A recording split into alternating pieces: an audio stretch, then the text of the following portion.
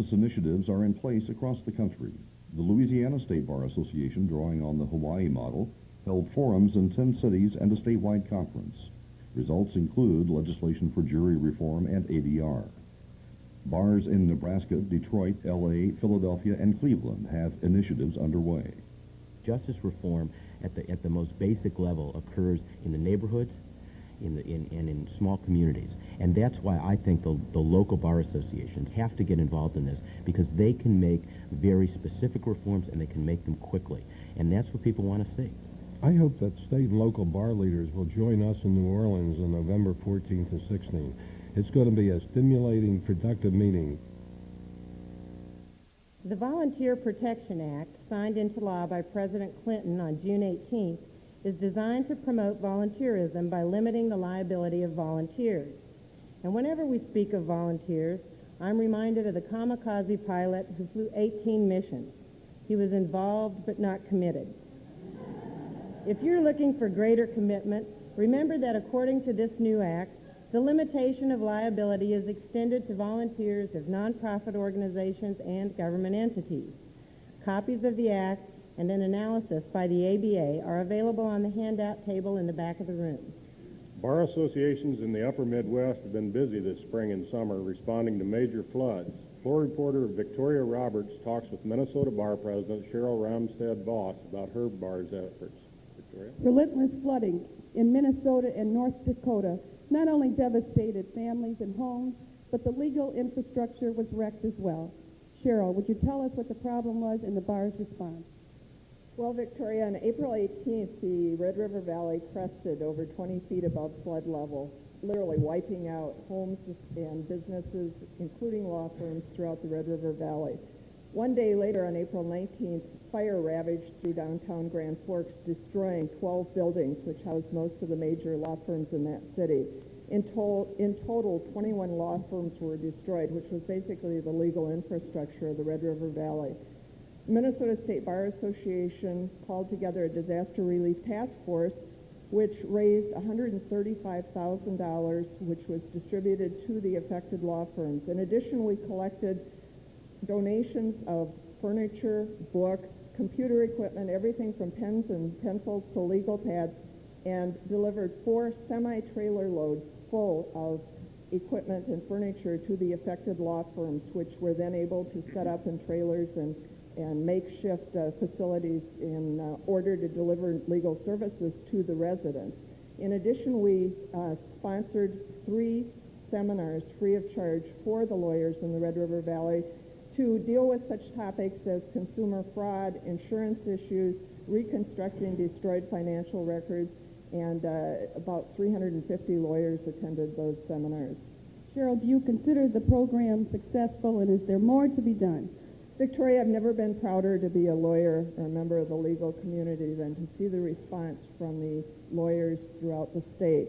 The effort has not ended, however. There are still a lot of things to be done, and in fact, the West Group has donated a number of these books that Judge Donald Lay, who was Chief Judge of the 8th Circuit, wrote, entitled Law, a Human Process.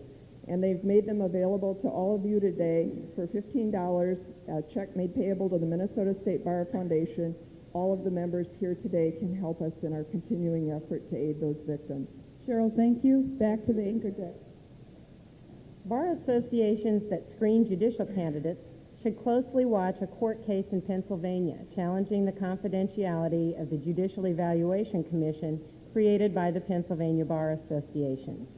2 PBA members sued the bar for access to the commission's investigative reports about candidates. They won in the trial court, and the case is now on appeal. Later today, PBA President Vince Grogan will report on the suit in a workshop session. Well, if it's summer, that means Congress is working on the federal budget, and that means the future of the Legal Services Corporation is again up for grabs. And speaking of up for grabs, news from Atlanta is that Ncbp Treasurer Seaborn Jones was just auctioned off as a date in the most eligible bachelor contest for $4,250. When interviewed, Seaborn sagely said, "Clothes make the man. Naked people have little or no influence on our society." But back to the serious business of legal services. We have Marcia Bergmark, Executive Vice President of the Legal Services Corporation, to tell us more about the legal services situation. Ms. Bergmark? Good morning. I'm substituting this morning for our new president at the Legal Services Corporation, John McKay. He had a last-minute conflict and couldn't be here, but I'm sure that name is recognizable to many of you. We are delighted at the corporation again to have a president, following Alex Forger, with a very strong background and ties to the ABA. We think that embodies the partnership that Legal Services has had with the ABA, and that leads me to the latest episode in our annual survival saga in the United States Congress, where the ABA's support has, as usual, been critical for us. We came out of the Senate this week with a small increase to our appropriation. We're currently at $283 million. We went to $300 million in the Senate. That's great news and helps offset the bad news in the House, which is that we're going to the House floor with a committee appropriation of $141 million. That's a 50% cut for us. So September is going to be a very busy month of defending the funding level for the corporation. And you'll be hearing at the workshop at 10:15 more about the ins and outs of that. Some of you I know are legal services followers in great detail. But our big challenge in September is going to be making sure that the House of Representatives supports a funding level that is livable, and most importantly, that we defeat any effort to implement a block grant proposal for LSC, for legal services. We think that may be part of the House debate when we come back in September. So thanks. With limited funding for LSC, more state legislatures are trying to help fill the gaps in legal services for the poor. Indiana and New Hampshire have appropriated funds for legal assistance. Legislatures in Maine, South Carolina, Kansas, Texas, and Washington State have approved increases in filing fees for civil cases to raise funds for legal services. Still, most legal needs of the poor are unmet. More bar associations are funding full-time staff positions to coordinate pro bono activities. The latest are the state bars in Louisiana, Michigan, and Wisconsin. The State Bar of New York Association is soliciting volunteers with a video. Serving the needs of underprivileged and indigent citizens who depend on the legal system to secure their basic rights. That's the role of tens of thousands of attorneys throughout New York State who volunteer their services every day, giving special meaning to the pledge and justice for all. I think it's an honor and a privilege to have the opportunity to practice law. And I think that as people get out of school and they begin in the profession and they start to do this work, they ultimately find at some point that probably the most rewarding thing you can do is extend your services on a pro bono basis. I come from a family that we've always believed that you should give back to whatever community you happen to be living in. We have a few program notes, some events here in San Francisco of special interest to bar associations. An Ncbp session tomorrow morning will highlight the courtroom of the future, including a look at a courtroom in Kansas City. City, Missouri. Welcome to the courtroom of the future. Now the courtroom of today.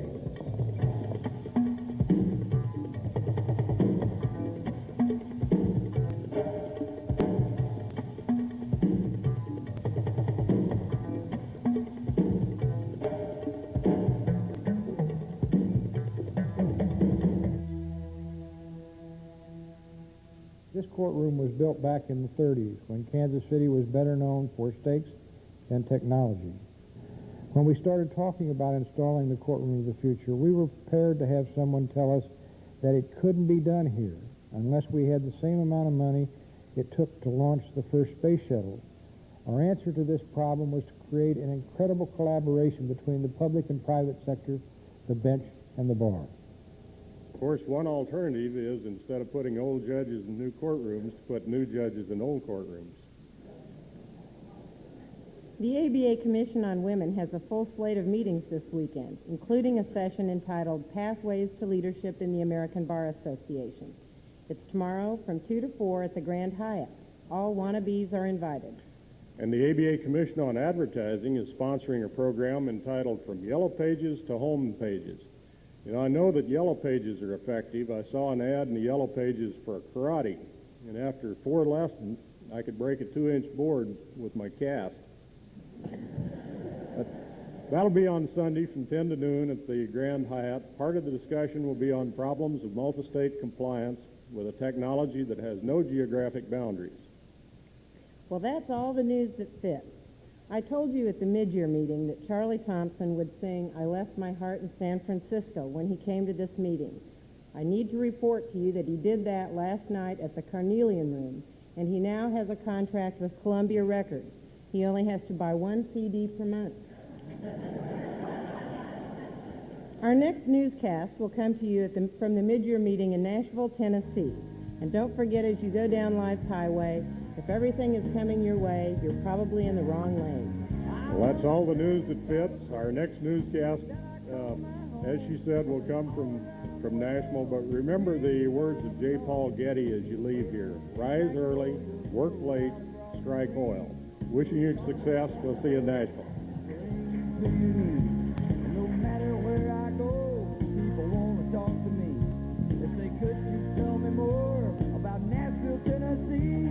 I say, get on up, come on down, take a trip to Magic Town. Dreams come true, stars are found every day at Magic Town. Hi, I'm Carol. Does put this program on. So with that, we're going to move on. It's time for news and views, and that means it's time for Charlie Thompson.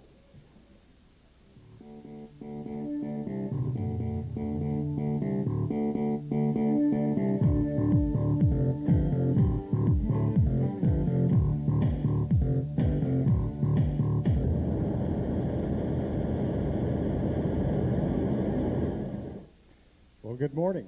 It's time for news and views from the National Conference of Bar Presidents again. I'm Charlie Thompson, and welcome to the weird summer of 1998.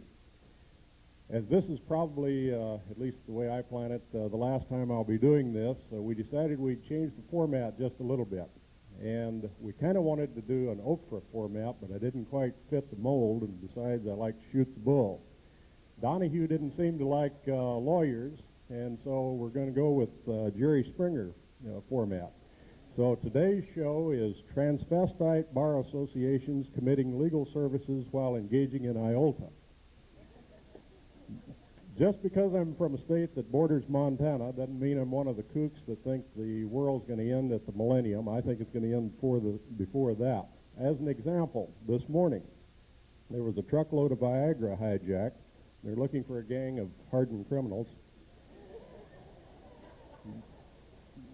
The California bar, the grandmother of all bars, and certainly the largest in the nation, seems to be disintegrating. In Congress, the perennial battle for the Constitution's guarantee of equal rights under the law, which we know as the funding of the Legal Services Corporation, is underway, and we're going to talk about that. IOLTA seems to be wounded. We're going to talk about that, but there are some bright spots, and one is that the news of the death of IOLTA has certainly been exaggerated. And in addition, the Supreme Court has agreed that there is attorney-client privilege even after the client expires. Still, it's been a weird summer, and it's only about half over.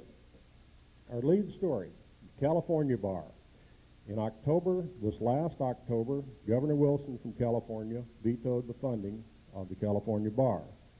In June, about a month ago, the bar had to let go, as I understand it, over 500 employees. So in California, among the lawyers, there is no discipline, no education, and no bar.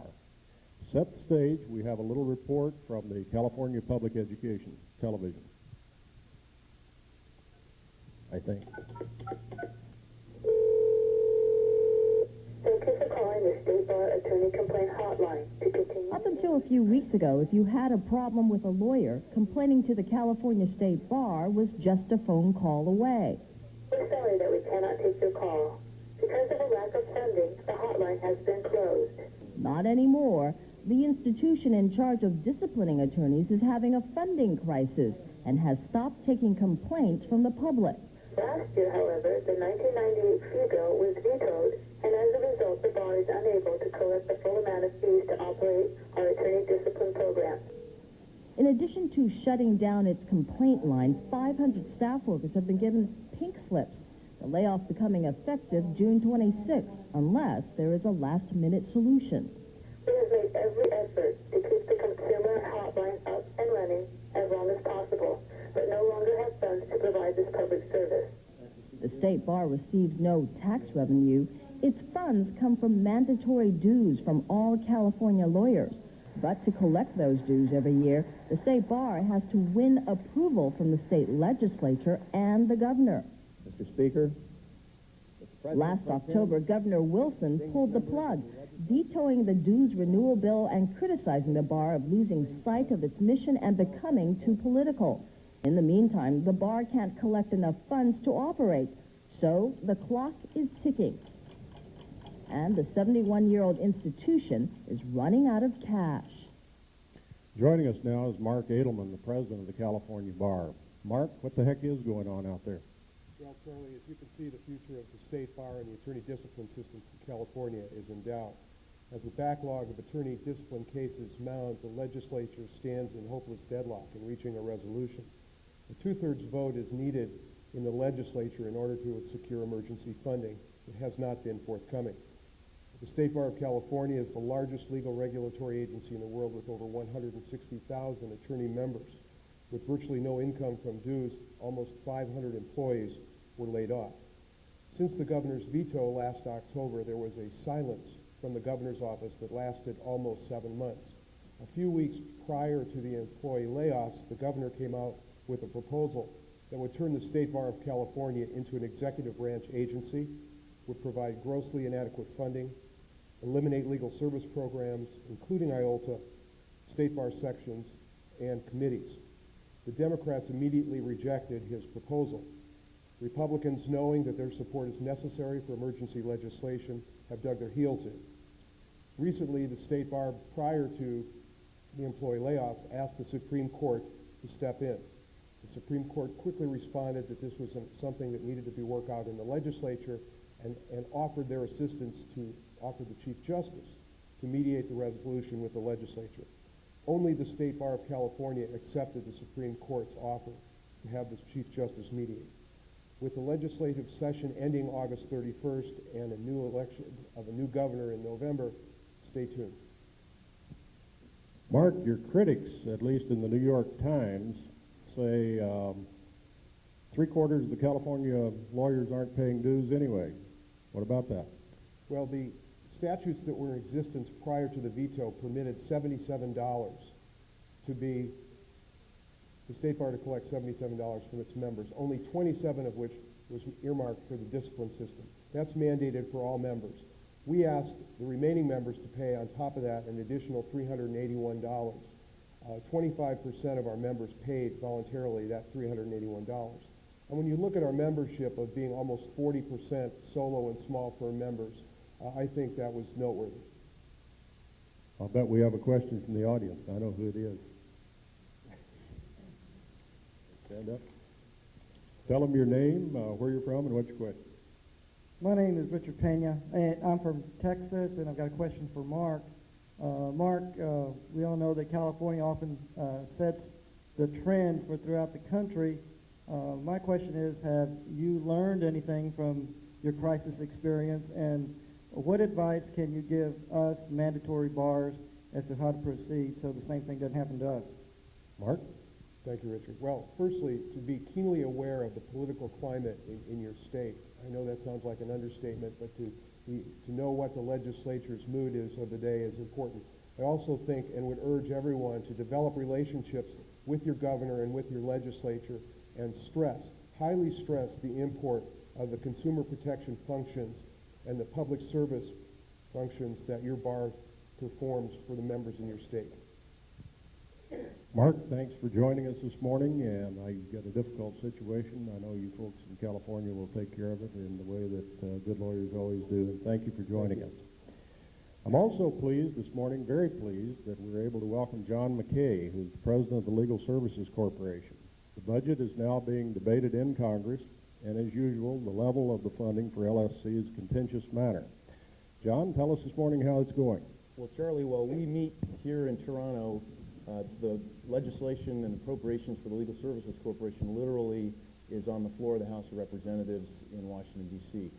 We were told that the bill would move sometime at the end of this week. I think everyone here is aware of the tragic shootings that occurred in the Capitol earlier this week and has been moved a little bit. We expect to come to the floor early next week. Unfortunately, as has become this dance of legislation, the number that will come forward for legal services out of the committee is $141 million. Our current appropriations are $283 million, more than half cut. We know that that is a number which really is a shutdown of legal services if it occurs. This is a familiar story to people. We've gone down this same path the last 2 years. We're prepared, I think really through the hard work of a lot of people in this room, to bring forward enough support on the floor of the House of Representatives to bring our budget back up closer to our current levels. Ironically, in the Senate, also controlled by the Republicans, we're at $300 million. That bill passed unanimously in the United States Senate. So it's a little, to go into the details of how that occurred is a little bit like describing how sausage is made. You really don't want to know. But we're hopeful that things are going to work out for us with the support of folks here. In the past, of course, you have had a lot of support from bar associations everywhere. We, out in the hinterlands, always wondered, does that really make any difference at all? It makes a huge amount of difference, Charlie. When I first came in here and saw I was with the president of the Bar of California and the chair of the IOLTA Commission, I thought I'd wandered into a meeting about the Endangered Species Act. But the fact is that we are survivors, and we're survivors because of the efforts of the people in this room. Bar executives and bar presidents are community leaders. They lead community leaders in their states and local communities, and those are the folks that are standing up and saying it's not the right thing to do to cut a segment of our society from access to justice. And those folks are the ones that are standing up and saying we need state funding, we need private sources of funding, and we must have a federal contribution to legal services. That's why we're surviving. That's why we know when we come to the floor this week, we're going to win. We're going to increase our budget. We're going to keep moving this forward. So I want to thank you, and I want to thank the folks here for the Council of Bar Presidents and Bar Executives for their tremendous assistance. Well, John, we want to thank you. You're our star up there, and you have no idea how much we really do appreciate it. We really do. One of the things that I've always thought about trying to get anything through Congress, of course, is that it was a little bit like Christmas. You know, Christmas is just like another day at the office at our place anyway. You do all the work and the fat guy in the suit gets the credit. But in any event, the second leg of funding for legal services has always been IOLTA. June 15th of this year, the U.S. Supreme Court said a Texas client had money in a Texas lawyer's trust account. It was the client's money. The Supreme Court said the interest on that money appears to belong to the client, not the Bar Foundation. Now, why does that surprise us? Well, why do we care? Will the lawyer have to pay it back, or will the bank have to pay it back? Here to help us answer some of those questions is Herb Garten of Baltimore, who is the chair of the ABA Commission on IOLTA and also chairs the Maryland Legal Services Corporation. Herb, tell us what the court said and what it didn't say. Well, Charles, the court said very clearly that the interest earned on client funds in IOLTA accounts are the property of the client. What it didn't say was that IOLTA was unconstitutional. IOLTA is still with us, and IOLTA is being followed in 50 states and the District of Columbia and some of the territories. We imported IOLTA from Canada in the 80s, and we've raised over $1 billion nationally since that time. $100 million a year is collected. Now, certainly there's concern, but the ruling was a ruling under Texas law, and the Supreme Court clearly held that they had just determined one prong of a three-pronged test, and that it would be necessary to send the case back to the Fifth Circuit Court of Appeals to determine whether there was a taking and whether there was a compensatory taking under the Fifth Amendment of the Constitution. We're optimistic about the eventual outcome, and the ABA is working with the Texas program in developing a future course of action in connection with this litigation. But we urge you to go back to your states and tell them that IOLTA programs throughout the United States are telling their lawyers, telling their banks that IOLTA is still in existence. It's business as usual. Thanks, Herb. I know we have a question here. First this early. Not very well. Tell them who you are. What's your question? I'm Linda Klein from Georgia. Herb, we're getting lots of calls at our state bar from bankers, from lawyers, and from members of the public. What should we be telling each of those groups specifically about the future of IOLTA? Well, you're in the minority. We have a group that has been meeting for the last 2 days, the National Association of IOLTA Programs, together with the ABA Commission. And we can tell you that the number of calls that are coming from lawyers, clients, banks are minimal. In my state, Maryland, we've had about 4 calls since the Phillips decision came down, and it hit us like a ton of bricks. We didn't expect it. It was a close decision. Those who were present at the Supreme Court hearing, including constitutional experts, and I'm not one, felt that we had won, especially with the type of questioning that we had received from O'Connor and Kennedy.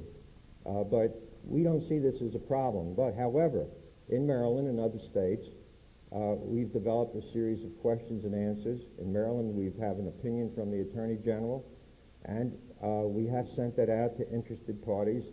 And that same procedure has been followed in other states. We have at least a dozen opinions going around the country that various bars have sought, in which it's clearly stated IOLTA remains constitutional. IOLTA plans should remain in existence. In fact, lawyers are required under court rules or legislation to comply with IOLTA. It's still on the books.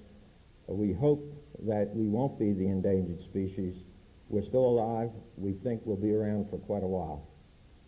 I've always thought we were kind of like legal Robin Hoods, taking money from the banks for the public good. Are any of the banks calling about it? Very few. But just keep this in mind, Charles. The client would not be gaining any interest if IOLTA wasn't here. The only ones that would benefit would be the banks who, prior to IOLTA being created in the 80s, had the benefit of the float. If a lawyer has client funds and it can produce net income for that client before Phillips or after Phillips, your obligation was to invest it for the client and have the interest for the client. However, if you have short-term funds and you're only going to keep them for a short period of time, or the amount could be large, but you're only going to have them for a day, but the cost of maintaining the funds would produce a negative net or no income from the client, you are obligated under IOLTA rules to deposit the funds in your IOLTA account. Thanks, Herb. Keep up the good work. For those of you who are incoming bar presidents, I've always thought you're a little bit like cowboys. And because of that, I'm going to give you a little cowboy type advice. Number one, never miss a good chance to shut up when you're bar president. When you're riding ahead of the herd, it pays to turn around and look back every once in a while, and always drink upstream from the herd. As we end the program, I'd like them to show you over here on the video an honor roll of bar associations that'll be receiving the Harrison Tweed Awards at the lunch today. This is a group that's recognized for their achievement in preserving and increasing access to legal services for the poor. Congratulations to all of them, Dallas, Forsyth, and the State Bar of Michigan. Thank you all.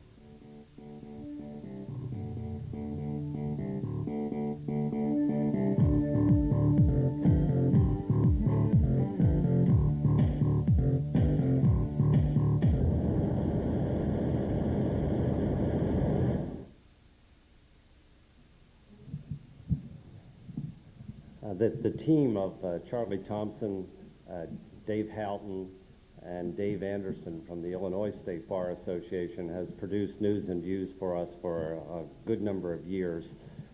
They think that they they've finished with this, they said, gee, we put in our time, we think we ought to turn this over to somebody else. I think they're just on a sabbatical, but I'd like everyone to acknowledge these three guys who have done such a